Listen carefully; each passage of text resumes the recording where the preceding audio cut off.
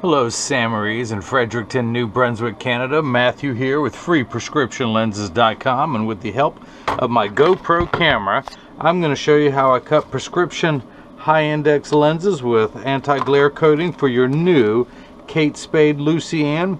This is the color 0x77, the tortoise aqua, and the 53 eye size. So let's begin. I'm going to take everything out of the original packaging as Kate Spade sends it to me. Of course, all frames come with a little plastic sleeve on the temple to protect the temples from rubbing together while it's being shipped from overseas.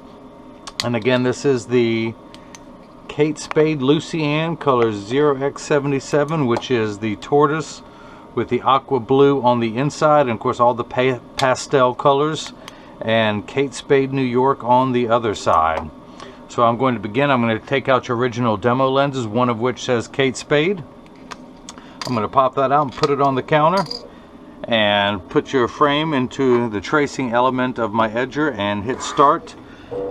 Everyone wants to know, how does the computer know what shape lens to cut? This is why that little stylus pops up and it's going around and tracing the inside of the right side of the frame before doing the same thing on the left. Here at freeprescriptionlenses.com, where everyone loves a bargain and no one is disappointed in quality. You buy a genuine, authentic Kate Spade frame and you will receive one free pair of clear single vision prescription lenses or non-prescription fashion lenses. My receipt has my federal ID tax number, so if you have vision insurance or flex dollars, you will get reimbursed for this purchase, whether they are prescription or not.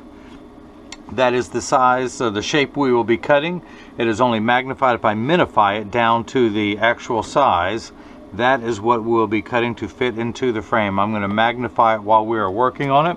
I'm going to go ahead and enter your pupillary distance, which is 29 in each eye. The computer starts at 32.5. I'm going to hit this little minus button. It's going to keep going down in 0.5 millimeter increments till we get to 29. I want to raise the optical center height up on these frames to about 19. And I'm going to go ahead and get your lenses prepped. I'm going to come down here to my Marco 101 lensometer. I'm going to spin the axis wheel to 45 for the right eye. Now your right eye reads -5 1/4, -50 at 0.45. At 0.45, I'm going to turn the power drum. Let me make sure we're all zeroed out there. I'm going to turn the power drum to -5 1/4. And actually you're the same power on both eyes, only the axis is different. I'm going to take the first lens out. This is 5 1/4 -50. And let's go ahead and make this your right lens. You will be receiving all the manufacturer's original packaging, and you will know that is it. Let's find a pen that works. Why do I go through this every night? Let's see if this one works. There we go. That is your right lens. I'm going to take the lens out of the protective packet. It comes with a little laminate on the front of the lens that protects the front surface from while it's being shipped to me. And of course I'm going to put that on there while I ship to you to protect the front surface of the lens while I'm shipping, but I'm going to stick that on there for now. So I'm going to take your lens, I'm going to place it into my lensometer. I'm going to spin it until I find the until the sphere power, the 5 1/4, comes into focus. Find the optical center, check your astigmatism correction, which I'll explain later. Excuse me. And I'm going to put 3 dots on your lenses. That third one never wants to show up, so let me try and darken that. There we go, and I'm going to put a right on there. An R for right. I'm going to set that down. Your left eye, -5 1/4, -50 at 140. -5 1/4, -50 at 140. And spin the axis wheel to 140. Take the left lens out of the protective sleeve. Take off the protective laminate. Let's go ahead, let's see, 5 1/4 -50 at 140, 5 1/4 -50 at 140. Put the lens in, rotate until the sphere power comes in clearly. Find the optical center of the lens. Check your astigmatism correction, that looks good. And now let's put 3 dots on this lens. And why does that third dot never want to show up? It never makes you proud when you want. So I'm going to put that there, and I'm going to put an L on there, which stands for not right. And if you missed any of that, let me recap. Oh, it's a bad joke, but you'll be telling it tomorrow. Hey, you can do that with your mascara, your pens, or something, whatever else you put a cap on. Feel free to use my bad joke. I stole it from a children's magician actually in Damascotta, Maine. I was actually traveling to Bar Harbor, Maine, and I stopped in town for the parade. So or for the pumpkin festival. Let's see. I put your right lens on the platform. This is a block. I need to attach this to your lens while it is cutting. I like to call him Jenny from the block. So I need to grab 2 double-sided adhesive stickers, of which I have up here. The black side is the sticky side. I'm going to stick that onto the first block, place that there. To do the same thing now for the second one. I'm going to pull the paper away to make the black side sticky. Now on the back is a little silver button. That is a magnet. That's going to do its job twice tonight. The first time it's going to hold it in place into something magnetical in the arm. I'm going to place that there. And the reason why I put the dots on the lens is it tells me that it's oriented in there just right because of your astigmatism correction. I'm going to move that a little bit. So this blue cross is the geometric center of your frame. If I were to measure vertically and horizontally, that's where it would come up with it. Your eye is just inset from there and higher up. It's just like the crosshairs of a scope. But I'm going to dial this in just for you so you have the best vision possible through the center of these lenses. I'm going to, let me double check, 29, 19, we are good. I'm going to hit that button. The arm's going to come down and place the block onto the right lens. So let's do the same thing now for the left lens. Place that onto the platform, grab the block, pull the paper away to make the black side sticky, line up the magnet with the one here in the arm, and let's move this again so we can see a little better. Put the optical center just there. These other 2 dots tells me that it's lined up perfectly, and double check. Now your pupillary distance is the same for your left eye. That is mirrored over from the right. Same optical center height. I'm going to hit that button, and now the block's going to come down and get placed on your left lens. Now this is the edger. This is what costs $40,000. It weighs 200 pounds. I recommend everyone go out and buy their own. Put it on your kitchen counter, and then you won't need this guy anymore to cut glasses for. You're not going to have the night off. So the actual cutting wheel is over here on the far right. It's going to act like a heavy grit sandpaper to grind away your lens material. This wheel in the center with that channel, that little valley, that's what's going to put the bevel onto the lens so it stays inside the bevel of the frame. Now the magnet is going to do its job a second time tonight. It's going to hold it in place into the chuck, or as I like to call it, the Charles, because I don't know this machine well enough to call it Chuck. You think after working with it every day for over a year I would get to know this thing, but I don't. So let's wake it up. That is the shape of the lens we'll be cutting. Now, tonight I'm going to deviate from the norm. I will be cutting high index lenses. If these were plastic high index lenses or Trivex, I would select that, but I will be going with high index. I do not want to polish the edge of your lenses. I do not want to put a bevel on the front surface, the convex surface of your lens. I only want to put a safety bevel on the rear concave surface of the lens. I'm going to hit the start button, and the door closes, the clamp shuts. And then the lens is going to be traced by 2 white styluses, making sure that it's large enough to fit into the frame, which it is, but it's just going through the routine procedures, and you can see as it's doing that. And the old carpenter saying measure twice, cut once. It's measuring the thickness of the lens to know exactly and precisely where to place the bevel so you have the least amount of edge thickness showing. Now most of my videos, the lens is cut dry. In this case, you will see water spraying onto the lens because high index plastic cuts wet. So your lenses are a high index 1.67 with anti-glare. It is aspheric.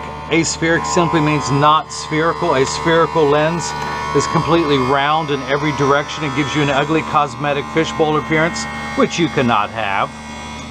So aspheric just means simply flatter. Now, polycarbonate lenses are 40% thinner and lighter than regular plastic. This is high index. High index is 20% thinner and lighter than the polycarbonate. So we have one of the thinnest lenses allowable by law with the flatter curvature to fit in today's flatter curvature frames. Now you got the anti-glare coating. It also goes by the initials AR, which means anti-reflective. Anti-glare is 3 features. It eliminates glare when driving at night, particularly driving at night in the rain, but from street lights, stoplights, computer screens, overhead, fluorescent lights, and such. Now this is where it's an anti-reflective coating. This lens in my right hand does not have that coating, and you can see the reflection of the lights. So when someone's looking at you, they see just your eyes. It makes for much better eye contact. Plus, if you take a selfie, which you might do from time again, or if someone takes a picture of you with the flash, you won't see the flash lit up in your lens, you'll see just your eyes. Now the third feature that I like, which is the practical side, is it comes with the hardest scratch protection in the business. The machine that applies the anti-glare coating costs well over $1 million. It takes over 24 hours to vaporize 7 different coatings onto the lens. So because of the time and the expense, they put the hardest scratch coating in the business to protect your time and expense. So now it is going on to the bevel wheel. Just a moment ago your lens was completely flat, just like a nickel. I could take it out and set it on the counter and it would stand on its own. Now it's getting the V-shaped bevel to fit inside the bevel of the frame. Now Samaries, I discovered on Instagram, she has a username that goes MakeUpForGlasses. She gives tons of advice for how to apply makeup so you have your best cosmetic appearance while wearing glasses. And I'm sure you can even apply that for when you're not wearing glasses. Now this little arm that has come into play, it has a little spinning wheel on the end of it, something you would find on the end of a Dremel tool. That is applying the safety bevel to the rear surface of the lens. Should you have any edge thickness whatsoever protruding from the back surface of the frame, that's going to smooth it out and not irritate your skin at all. Now, her YouTube channel where you can watch her videos, and I don't even wear makeup and I love watching her videos. There's something mesmerizing about watching her talk and explain things, but she uses Samaries, spelled S-A-M-A-R-I-E-S. That is her YouTube username. On Instagram, she is MakeUpForGlasses. So I'm going to dry your lens off so it is not slippery. I'm going to use my thumbnail just to make sure all the optical debris has been removed from the edge of the lens, and it has. I'm going to go ahead and see if I can mount it. I have the side I'm working on closest to me. I'm going to tuck it in at the outside corner first, and then using my thumbs, I want to press down on the nose. It does not want to go in. So I'm going to take off 1/10 of a millimeter. Now this goes in 0.05, 1/20th of measurement. So I'm going to hit that button twice. We're at 1/10 of a millimeter. I'm going to put that in and hit retouch. The door closes. The clamp's going to shut, and it's just going to go straight down onto the bevel wheel this time. It's going to bypass the cutting wheel, and it's going to take 1/10 of a millimeter off. Now, to all my American friends who have no clue what a millimeter is, it is the distance between my thumbnails. I'm going to take 1/10 of that distance off, going around the circumference of the lens until it snaps in there easily. I do not want to force the lens in there. Now, some people use heat, which is what this thing is over here. These are polished glass beads that stay in essentially what is a crock pot. It's a warm heated thing, and that makes your plastic more pliable. But I do not want to force the lens in there. If I do, it would cause the frame to stretch, or what we in the business called roll. If you imagine your frame is like a gutter, if the lens were too large, it would force the bottom of the frame to roll outwards, shortening the life of the frame and giving you a terrible cosmetic appearance. Because you are all about cosmetics, we are not going to have that. I apologize that this video takes another minute or two longer. I do not apologize for being a perfectionist. I cut every pair of lenses that get shipped worldwide, and it's going to have my stamp of approval before it leaves this lab. So let's take it out now. We're going to see if it fits. If it doesn't, we will take off a little bit more. Check to see, inspect the edge of your lenses. All that is cleaned up. Again, we're going to tuck it in at the outside corner using the thumbs, press down at the nose. I bet I could put it in there, but we're going to do one more thing. Just because you are in Canada, you're not next door, let's go ahead and take another 1/10 of a millimeter off for a total of 0.20, which is 1/5 of a millimeter. Even I can do math. Put the lens back in, hit retouch. The golden rule, you can always cut more off, you can never add it back on. So I start a little bit large and work my way down by 1/10 of a millimeter until it's the perfect size. Now, this Kate Spade frame is one of my most popular women's frame right now. I almost can't keep it in stock. It comes in 4 colors. This is the tortoise with the blue. It has a tortoise and a yellow behind it. It has a tortoise and a green, and then a black and pink. And if I was smart enough, I'd have them here, but I wasn't that smart. But for any women out there, this is a great frame. It comes in 3 sizes. If you have any questions, just email me, and I'll be sure to help you select the right size. But you cannot go wrong. I've gotten so much positive feedback from people who have gotten this frame. This is probably my #1 selling women's frame right now. I can give the advice on that. If you need any makeup advice, you can always message her on her Samaries on her YouTube channel, that username of Samaries, or you can leave her messages. She is very good at responding to messages on her Instagram account of MakeUpForGlasses. When I go and I look at her, I follow her on Instagram, and I see that she is very diligent about returning people's messages there if anyone has any questions. So that's dried off again. I want to make sure there's no debris on the edge of the lens. Let's give this a final try. Tuck it in the lens at the outside corner, push down at the nose. Now it snaps in there easily. So let's go ahead and start cutting the unright lens, the L lens. We're going to flip that over to L, and we're going to put this in to the chuck and hit the green start button. Just like before, the door closes, the clamp shuts, and then the lens is going to be traced by the 2 white styluses, making sure that it's large enough to fit into the frame. You can see as it's going around. And the old carpenter saying, measure twice, cut once, measuring the thickness of the lens at every point to know exactly and precisely where to place the bevel, so you have the least amount of edge thickness showing. And look at that, you have no edge thickness whatsoever, even with your prescription, which is higher than average. So let's go ahead while the left lens is cutting. I'm going to continue to work on the right. I'm going to pop the block off. I'm going to come back down here to my Marco 101 lensometer. I'm going to spin the axis wheel back to 45. I'm going to put the lens in just above that red dot, and I'm going to measure the power, and I am getting -5 1/4. Now the unit of measurement we use in the optical world is called a diopter, spelled D-I-O-P-T-E-R, starting at 0 and goes up in quarter increments from there, 0.25, 0.50, 0.75, 1, and so on. You are at -5 1/4 for your nearsightedness. Now you are very nearsighted, but you need 21 steps of minification to correct for your farsightedness, I should say. So if you're on a ladder, you're on the 21st rung of a ladder. Now, you need 2 steps, an additional 2 steps of astigmatism correction. Now, there is a stigma over the word astigmatism. It just means shape. It's like saying someone else has straight hair, someone else has curly hair. You don't freak out when you hear that, but everyone freaks out over the word astigmatism. It just refers to a shape. You have 2 curves on your eye. One curve going this way, which is -5 1/4, 21 steps, and then you have a second curve this way, which is another 2 steps, giving you a total of 23. And it's how you line up those curves to make everything nice and crisp. So the first number actually minifies to the correct size. With your glasses off, everything is much too large. So that is why there is a minus sign. Your lenses will minify down to the correct size. Astigmatism is what makes 6s and 8s look alike, or the letters P and F. So that's the fine-tune knob. We're going to turn that fine-tune knob to 45. Now a straight line is 0 to 180. Well, technically 1 to 180, because 0 and 180 are the same number. But we're going to turn that fine-tune knob to 45, 0 at the cap, 90 in the center, 180 over here. We're going to turn that to 45.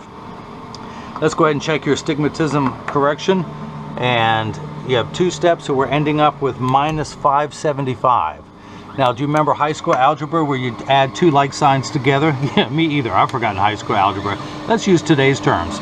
Someone had borrowed $5.25 from you, and then they borrowed another 50 cents. They would owe you $5.75. 575 in the red. Now you are unique. You have the same power in each eye. Now the fine-tune knob is different. You're at 140 here.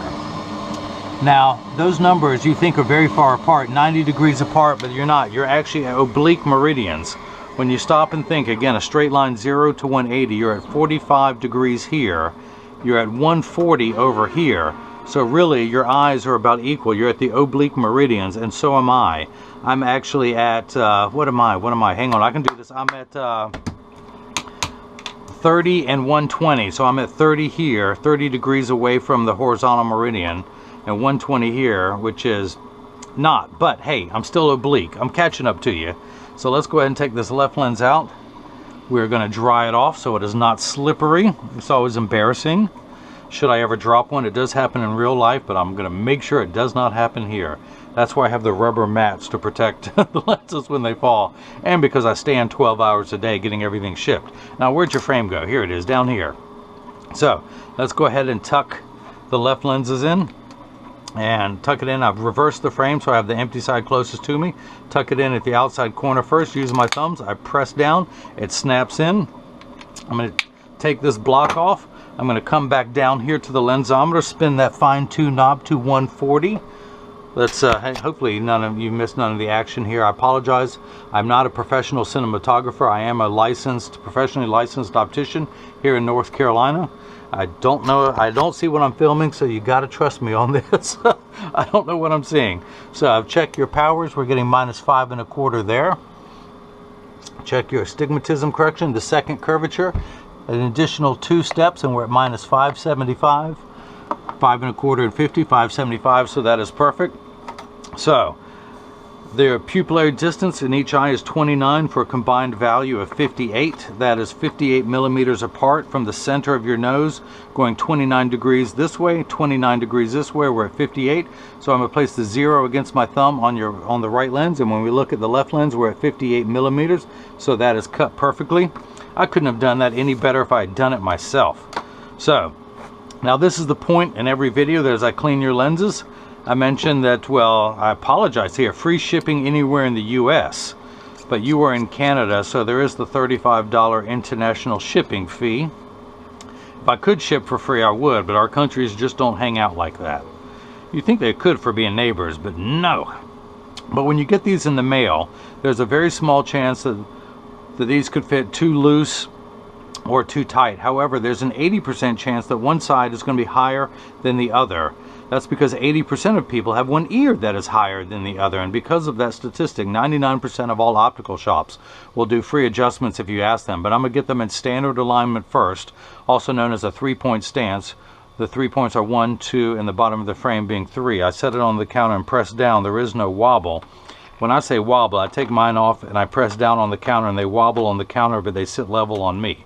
For those of you keeping score at home, I am wearing the Versace 3199 in color 5188, which is the navy blue and tortoise. And let me put mine back on so I can see what I'm doing, yo. All right, flip this back over, press down, there is no wobble. Close each temple to make sure they overlap perfectly, and they do. Check the tension on each spring hinge, that looks good. So again, Samaries. Should you need any adjustments, just stop by your local shop. It only takes about 30 seconds to a minute to adjust a pair of glasses perfectly. Now, I always field, you're going to be getting I field test every cleaning cloth to make sure that it works. I love doing this. I'm just such a kid at heart to take your brand new one and use it to clean your lenses. But I just want to make sure that it works. So if you see a couple wrinkles in there, you know that it has been tested and that it works perfectly. But you're also going to be getting a Kate Spade. Of course, you get the hard case. Now, do you prefer a pink case or an orange case? Either way, you're going to get one of those with this. And of course, you have your cute little Kate Spade emblem in there, the eyes, that the glasses fit in there just perfectly for that. But you're also going to be getting your Kate Spade New York cleaning cloth, and I'm going to be providing instructions not only how to care for your eyeglass lenses and frames so they last you for years, but for both of your premier microfiber cleaning cloths and case, so those too will last you for years, how to clean and maintain those. I also provide a selfie request to have your picture on the website, and I would love to have your picture on my website. You're like a celebrity to me. It's cool to find people like you. So that is that. If anyone has any questions, just email me at freeprescriptionlenses@gmail.com or simply click the contact me button on the website. Samaries and Fredericton, New Brunswick, Canada. Now, I've been to Montreal and Quebec City several times. I've been to Vancouver, British Columbia once, and I've been to Nova Scotia once, driving around the Cape Breton trails, and that was one of the most beautiful places that I've ever been to. I flew up to Halifax, and then I flew at the Halifax airport, never made it to the city. I drove straight to, typed the Marine Drive into the GPS and made a beeline for that. Followed it around. I forget what the top corner. I followed Nova Scotia. There's the top corner here on Marine Drive. I wish I could think of the name, but found a wonderful bed and breakfast there. Drove all the way down, and then once I entered on the Cape Breton, drove through the Lake District, stayed in, oh, is it Ellsworth? Oh, I gotta think about it. Innsbruck. I stayed there and then drove around, ended up to Shetty Camp, but of course I had to stop. The very top is Meat Cove. Now, back then I was a meat eater. I follow you on Instagram. I see that you have followed 2 vegan accounts, and I have been a vegetarian now for almost 10 months, and I'm going to take your lead and become vegan and eliminate cheese and dairy just for moral principles.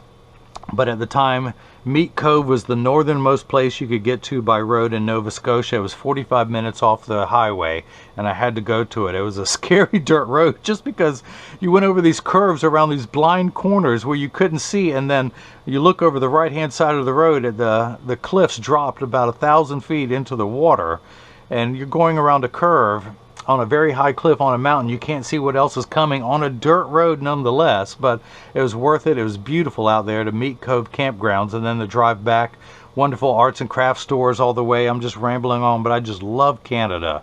Everyone get a chance to get up there. I did not make it to the Bay of Fundy or Prince Edward Island. I will have to do that on the next trip. I hear that oh, what is the main town there in New Brunswick?